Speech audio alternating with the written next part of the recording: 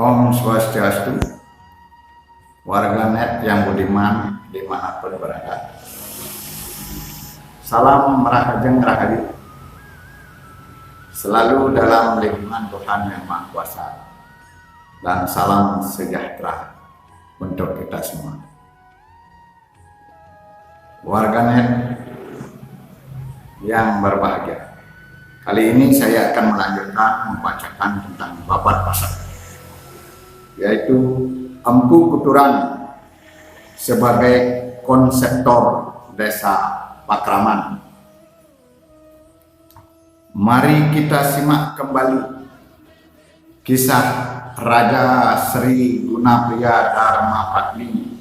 Beliau berputra 3 orang, yaitu yang pertama Sri Dharmawangsa Wardana Marakata Pankaja Sitano Tunggadewa, yang kedua Sri Airlangga, dan yang ketiga Sri Anak Bungsu. Tatkala akan melahirkan Sri Anak Bungsu, Sri Gunapriya Dharmapatni terkena sakit keras.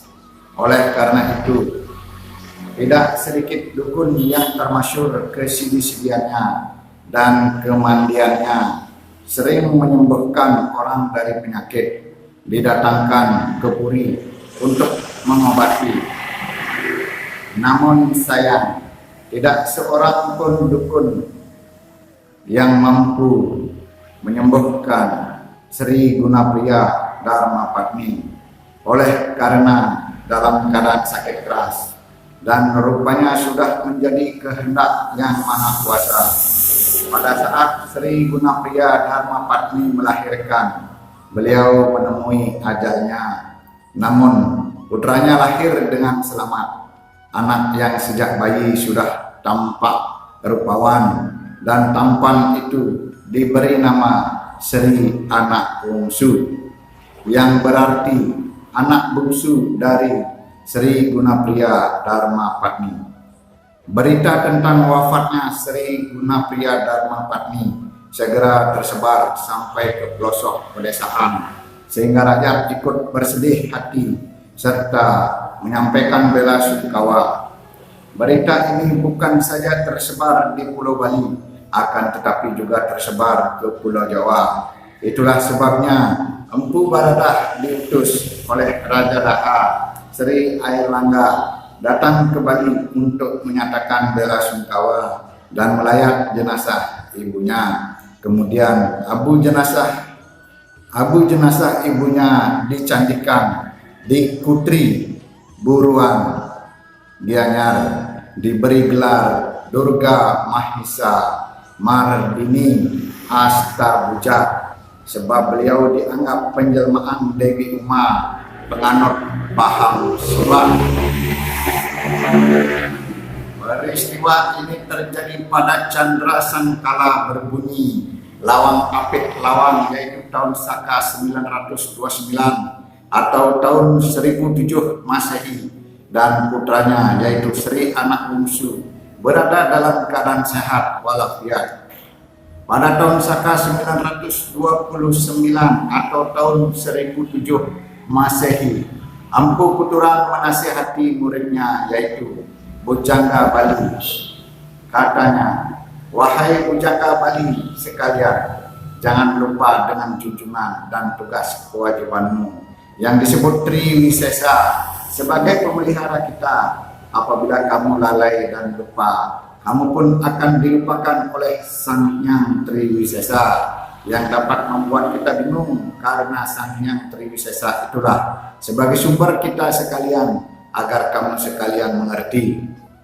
Di samping itu ada juga penjelasan Empu Kuturan yang mengatakan bahwa bila mana terjadi kekeruhan di dunia, harus diadakan upacara atau yagnya bernama tebasan. Upacara ini harus dipuja oleh Sang Bujangga. Hanya Sang Bujangga yang berwenang memuja panglukatan penyucian tersebut bila mana terjadi kekeruhan di alam semesta ini, termasuk yang berhubungan dengan pekarangan rumah, tegalan persawahan, dan lain-lainnya. Jika bukan Sang Bujangga yang memuja upacara panglukatan tersebut, pasti tidak akan berhasil, sebab hal itu merupakan tugas Sang Bujangga. Apabila sudah dilaksanakan seperti itu, barulah Pulau Bali ini menjadi aman sentosa. Dikisahkan bahwa para bujangga tiba di Bali dengan membawa pustaka yang memuat ajaran suci seperti Pustaka Chandra Karana, Kirata Basa, Dacanama, Ramayana, Brahmanda Purana, Sabda Parwa, Wirata Parwa, Prastanika Parwa, Suwarga, Rohana Parwa, dan lain sebagainya. Kemudian pada tahun Saka 933 atau tahun 1011 Masehi, di penghadapan ada seorang wiku pandita kerajaan menyampaikan kepada Baginda Raja Sri Udayana bahwa rakyat di pedesaan mengalami kesusahan di dalam kehidupannya. Itu sebabnya Raja Sri Udayana menugaskan Dang Acarya Bajantika bersama Dang Acarya Nisita disertai Senapati Kuturan berangkat ke pedesaan untuk membuktikan kebenaran keadaan rakyat tersebut. Kemudian pada tahun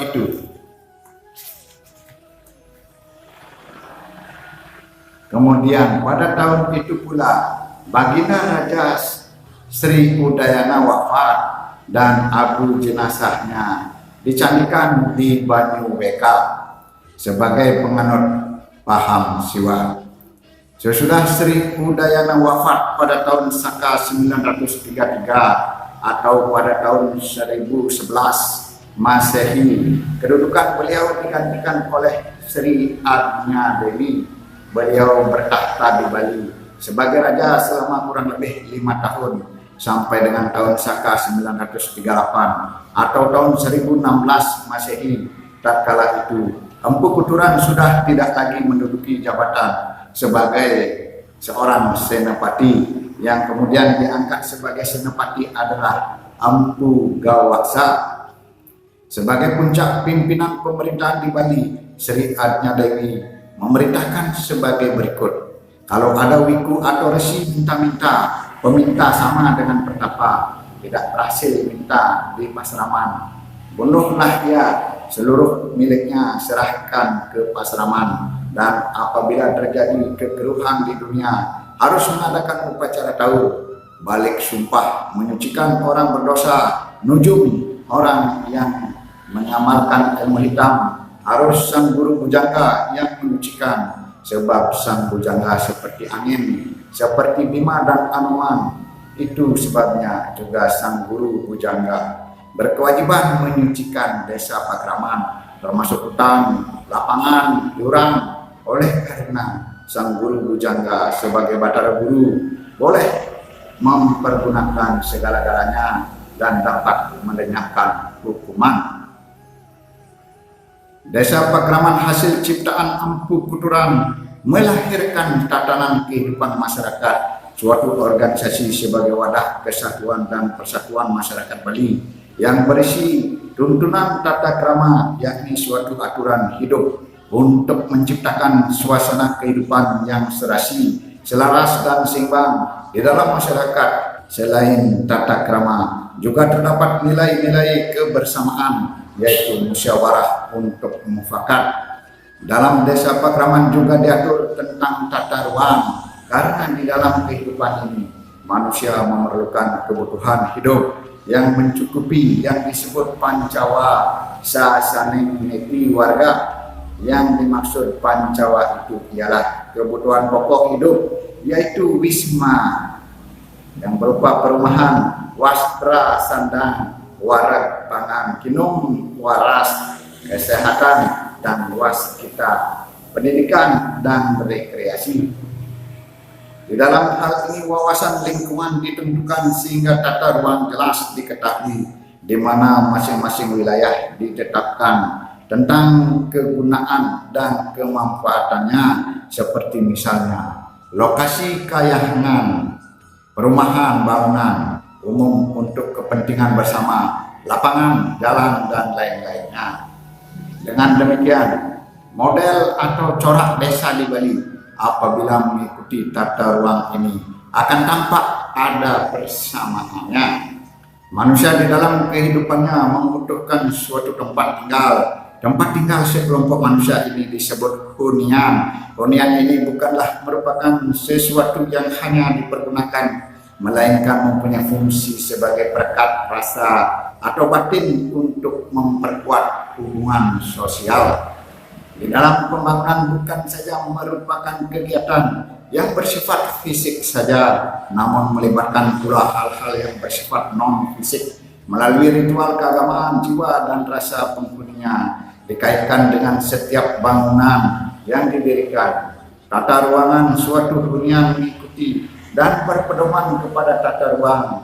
Hunian bukan saja menampung manusia semasa hidupnya, melainkan juga menampung manusia yang sudah meninggal dunia, termasuk yang sudah tidak terwujud, yaitu arwah suci para leluhur yang diistanakan di tempat khusus, yaitu sanggah atau pamerajan.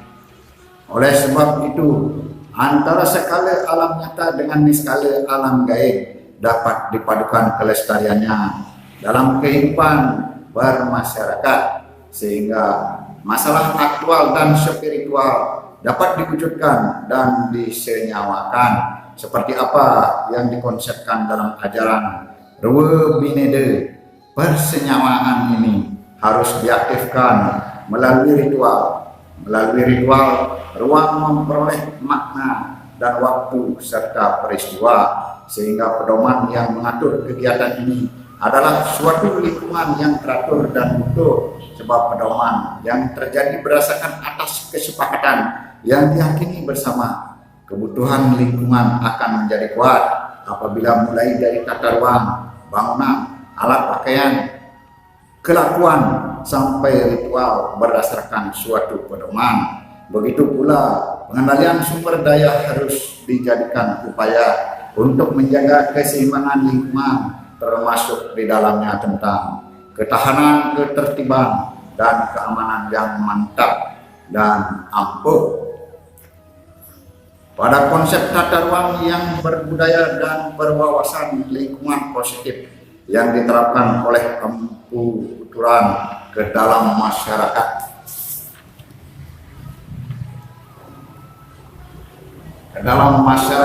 orang Bali dapat memberikan warna dan corak kehidupan rakyat di daerah ini, seperti misalnya mengenai konsep Tri Angga, Tri Mandala, Hulu Tebeng, Asta Bumi, Asta Kosala, Asta Kosali, Brahma Kerti, Janan Taka, dan lain sebagainya. Semua ini kemudian menjadi landasan berpijak bagi masyarakat Hindu di Bali dan pedoman di dalam setiap gerak kehidupan bermasyarakat yang dapat memperkuat rasa kebersamaan di antara masing-masing kelompok dan perorangan. Semua konsep dan ajaran Empu Kuturan akhirnya dijadikan warisan tak ternilai bagi masyarakat Hindu di Bali, walaupun tidak sedikit pemakai konsep dan ajaran ini tidak mengetahui siapa arsitek konsep dan ajaran tersebut. Kemudian setelah berakhirnya pemerintahan Ratu Sri Agnya Dewi di Bali